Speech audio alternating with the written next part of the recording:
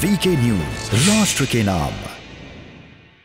हमारा automobile sector 7.5 lakh crore का है और अभी मैं 2004 से जो बात करता था, पहले लोग मुझे हंसते थे, अब मैं जो बात करता हूँ वो सब कहने लगे, इसकी मुझे खुशी है।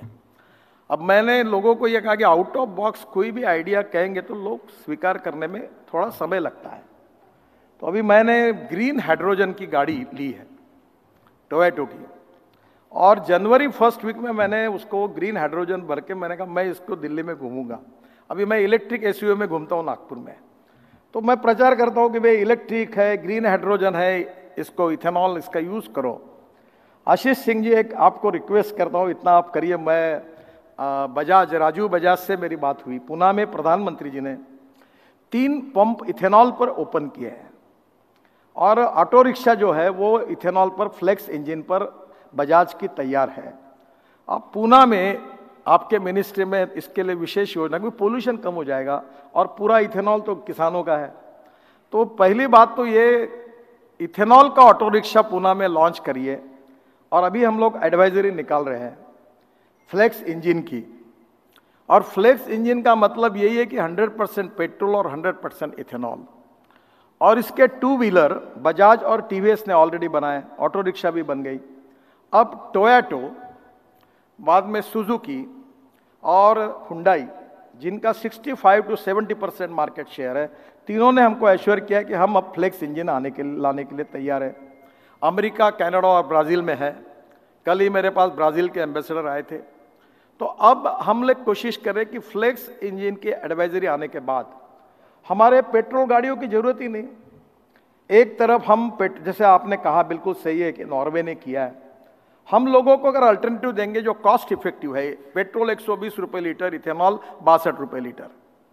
और अभी एक टेक्नोलॉजी का लाया, मैं पेट्रोलियम मिनिस्ट्री के साथ उसका प्रेजेंटेशन देने वाला हूं कि इथेनॉल की कैलोरिक वैल्यू और पेट्रोल की कैलोरिक वैल्यू दोनों एक होंगे, ऐसी टेक्नोलॉजी है। तो फिर वो 50% बचा तो कोई बोलने की जरूरत ही नहीं है, पोल्यूशन भी कम है, ग्रीन फ्यूल है। और इथेनॉल की अब 350 फैक्ट्री इथेनॉल फ्रॉम राइस, सरकार उसको प्रोत्साहित कर रही है। शुगर के बजाय शुगर कैन जूस, मोलाइसेस, बीएवी मोलाइसेस से इथेनॉल बड़े प्रमाण पे बन रहा है।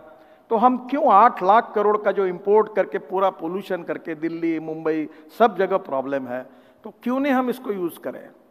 और इसलिए फ्लेक्स इंजन के बारे में भी हम एडवाइजरी इशू कर रहे हैं, और मेरा बिल्कुल विश्वास है कि 2-3 साल के अंदर हमारी पेट्रोल के बजाय हमारी व्हीकल इथेनॉल पर कन्वर्ट हो जाएगी। फिर इलेक्ट्रिक जो बैटरी केमिस्ट्री है, इसमें अच्छा काम हुआ है।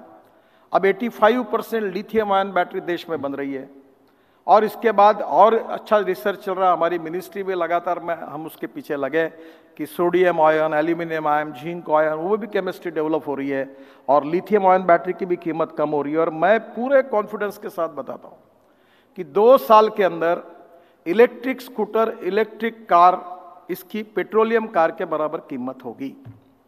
तो आज इलेक्ट्रिक के पेट्रोल कार को जाने के लिए 10 रुपये किलोमीटर लगता है, डीजल को 7 रुपये लगता है और इलेक्ट्रिक को 1 रुपया लगता है। तो धीरे धीरे कहने की जरूरत ही नहीं, लोग ही उसको लेंगे, और पोल्यूशन नहीं है, तो ये होना ही है। और अब ग्रीन हाइड्रोजन के बारे में हमारे पुरी साहब के पास मैंने पिछले मंगलवार को उनके घर पर एक मीटिंग थी, सभी ऑयल कंपनी के चेयरमैन, मैं और वो ऐसे होने वाली थी। तो मेरा एक सुझाव उनको था कि जितना वेस्ट वाटर है, मुंबई, पुणे, सभी महानगरों में वेस्ट वाटर है, सीवेज वाटर, जो रिसाइकलिंग करके हम महाराष्ट्र सरकार को, मेरे यहाँ हम लोग बेचते हैं हमारा टॉयलेट का पानी, और 325 करोड़ रुपए रॉयल्टी हमारे म्यूनिसिपल कॉर्पोरेशन को मिलती है। तो मैंने उनको कहा कि सॉलिड वेस्ट मैनेजमेंट में जो कचरे को सेग्रीगेट करेंगे और उसके ऊपर में सोलर रूफटॉप लगाएंगे। और एक छोटा सा गुजरात की एक कंपनी ने छोटी विंड मिल निकाली है फाइबर ग्लास की, तो उससे पावर तैयार होगी, और पावर कॉस्ट अगर सस्ती होगी तो 50 रुपये किलो ग्रीन हाइड्रोजन मिलेगा, तो एकदम इतना फायदा हो जाएगा कि हम स्टील इंडस्ट्री में, सीमेंट इंडस्ट्री में कोल के बजाय ग्रीन हाइड्रोजन यूज करेंगे। और ग्रीन हाइड्रोजन एक्सपोर्ट करने वाली कंट्री हमको बनाना है। प्रधानमंत्री जी ने हाइड्रोजन मिशन बनाया, और ये जो हाइड्रोजन मिशन है, इसके लिए हर नगर पालिका, महानगर पालिका अगर गंदे सॉलिड वेस्ट मैनेजमेंट में ऑर्गेनिक कचरे को अलग निकाल के भी हाइड्रोजन बना सकती है। और कल ही मेरे पास एक बहुत बड़ा डेलीगेशन आया था, शेखावत जी हमारे मंत्री उनको लेकर आए थे। ब्राज़ील और अमेरिका के करीब 10-12 लोग थे। मैं अभी बेंगलुरु 10 तारीख को जा रहा हूँ। इलेक्ट्रोलाइज़र यही हमारी कंपनी बना रही, भारतीय कंपनी, और इलेक्ट्रोलाइज़र अमेरिका में एक्सपोर्ट कर रही है। हमारे देश में इलेक्ट्रोलाइज़र तैयार करने वाली 10 कंपनियां आ गई। ये जो सेमीकंडक्टर्स उन्होंने मुझे दिखाए, सब बनाने वाले हमारे इंडियन इंजीनियर्स हैं जो अमेरिका में काम कर रहे हैं। वो हिंदुस्तान में आना चाहते हैं और हमारे यहाँ बेंगलोर से वो सब एक्सपोर्ट कर रहे हैं अमेरिका में। तो हमारे यहाँ हम लोग green hydrogen, ethanol, methanol, biodiesel, LNG, CNG, ये सब आने वाले इसमें ऑप्शंस अगर लोगों को दिए तो और कॉस्ट कम होगी। और इसमें सबसे बड़ा फायदा स्क्रैपिंग का होगा।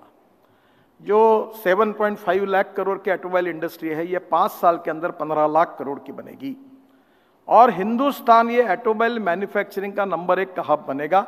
ऑलरेडी ऑल वर्ल्ड के सभी प्रेस्टिजियस ब्रांड हिंदुस्तान में प्रेजेंट है और ये जो स्क्रैपिंग से जो नए व्हीकल जो बनते हैं उसकी जो रॉ मटेरियल की कॉस्ट है वो 35% कम होगी। और ये जो स्क्रैपिंग में तो लिथियम आयन भी निकलता है और 95% उसका मटेरियल यूज होता है। तो ये जो मैन्युफैक्चरिंग में जो मटेरियल यूज हो रहा है उसकी 35% कॉस्ट अगर कम होगी तो टाटा और महिंद्रा कोई सामाजिक कार्य करने के लिए थोड़ी डाल रहे यूनिट। ये इकोनॉमिक वायबिलिटी उनको समझ में आई, इसलिए वो 5 यूनिट 10 यूनिट डाल रहे हैं। मेरा आपसे अनुरोध है कि फिटनेस सेंटर, स्क्रैपिंग यूनिट और ड्राइविंग ट्रेनिंग सेंटर का एक बनाकर आप जैसे बाकी राज्य सरकार में पॉलिसी बनाई, आप भी बनाइए और ये बड़े प्रमाण पर अगर हो तो रोजगार भी निर्माण होगा और इससे देश की ऑटोमोबाइल इकोनॉमी, ऑटोमोबाइल इंडस्ट्री ऐसी है कि सबसे ज्यादा एम्प्लॉयमेंट देने वाली इंडस्ट्री देश की ऑटोमोबाइल इंडस्ट्री, सबसे ज्यादा टैक्स देने वाली ऑटोमोबाइल इंडस्ट्री। और अभी हम लोग फाइनेंस मिनिस्टर और उनको कन्विंस कर रहे हैं कि अगर एक जो 15 साल पुराना ट्रक जो है वो आज के जो 15 नए ट्रक जितना पोल्यूशन करते हैं उतना पुराना एक ट्रक पोल्यूशन करता है।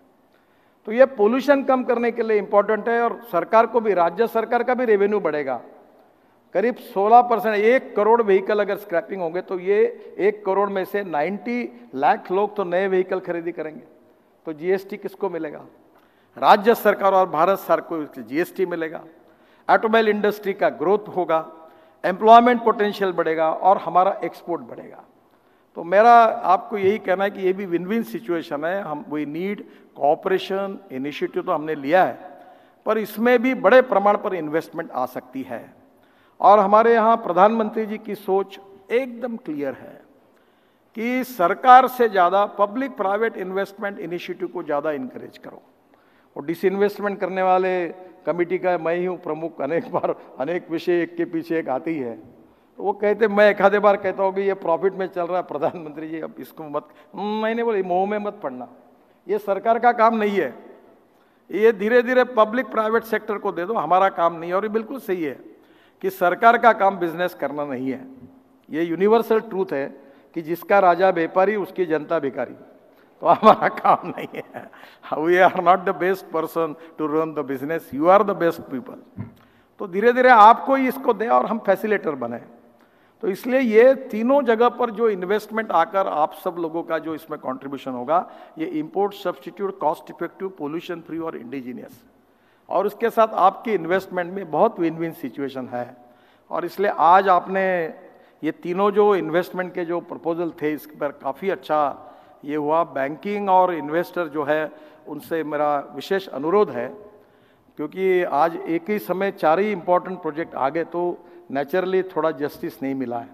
पर मैं जो फीकी है, CI है, चैम्बर ऑफ कॉमर्स है, इनको अनुरोध करूंगा कि आपके रीजन में, स्टेट में एक एक सब्जेक्ट के अलग इन्वेस्टर्स को बुलाकर इसके और डिटेल में जाइए। और जैसे मनोज कुमार जी ने कहा है कि हम लोग बड़े ओपन है, ट्रांसपेरेंट है, टाइम बाउंड है, रिजल्ट ओरिएंटेड है और करप्शन फ्री है। कोई कॉन्ट्रैक्टर को हमारे पास आने की जरूरत नहीं पड़ेगी। और आपके कोई भी सजेशंस है तो हम लोग उसको पॉजिटिव अप्रोच में सोचने के लिए तैयार है। तो आप इसके ऊपर निश्चित रूप से इन्वेस्टमेंट के लिए आगे आइए, राज्य सरकार इसके लिए नीति बनाए और आने वाले समय में जो आत्मनिर्भर भारत, जो हमारी ग्रोथ रेट को बढ़ाने की बात हमारी प्रधानमंत्री जी कर रहे हैं, एक्सपोर्ट को बढ़ाने की बात कर रहे हैं, इंपोर्ट को कम करने की बात कर रहे हैं और विशेष रूप से नए रोजगार निर्माण करने की बात कर रहे हैं आत्मनिर्भर भारत के लिए, वो निश्चित रूप से इसमें संभव होगा। और इसमें आप सब लोग जरूर सहयोग करिए, यही आपसे अनुरोध करते हुए मैं अपनी बात को समाप्त करता हूं। बहुत बहुत धन्यवाद, नमस्कार। बहुत बहुत धन्यवाद आपके प्रोत्साहन भरे शब्दों के लिए मंत्री महोदय। A big round of applause once again for the Honorable Union Minister Nitin Gadkari ji. ये है ड्रीम मीडिया नेटवर्क और आप देख रहे हैं देश का पहला 24/7 digital news channel VK news, राष्ट्र के नाम।